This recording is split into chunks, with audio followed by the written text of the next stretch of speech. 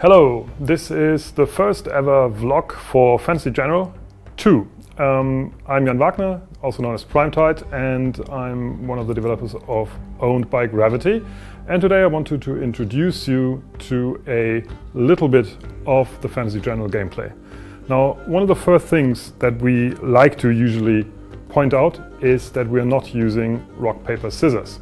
If you don't know what that means, basically it means that there is a unit in the game that is really good against another unit or a kind of unit. So light infantry always beats heavy cavalry, for example, which it doesn't, but anyway. In our game, this is actually a little different. We don't believe in artificial unit separations. So it's not like automatically being a light infantry or heavy cavalry makes you good at anything. You have specific abilities and you have specific weapons. A good example of that is the spear.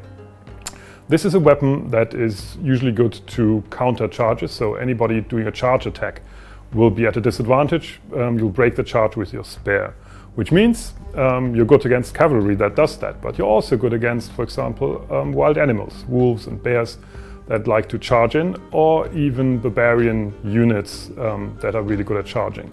So by just looking at a unit, you'll be able to determine the base abilities it has. Of course, you can also go and get more information on it, but the logic is based on the equipment, the weapons, the environment, and not a specific artificial type.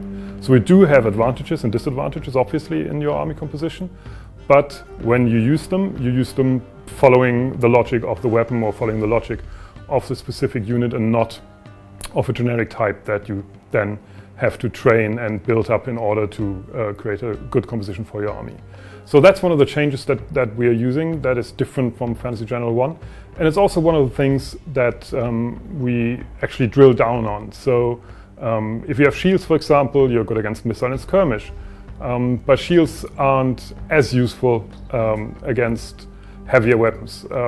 Armor is always useful, obviously, but makes you slower. So there's a lot of things that simply follow logically from the way you're using your units, from the way that the units are looking. And if you want to find out more, you can, of course, play Fantasy General Beta, still open currently, or you can wishlist the game on Steam, and if you do so, I'm really happy about that. Thank you.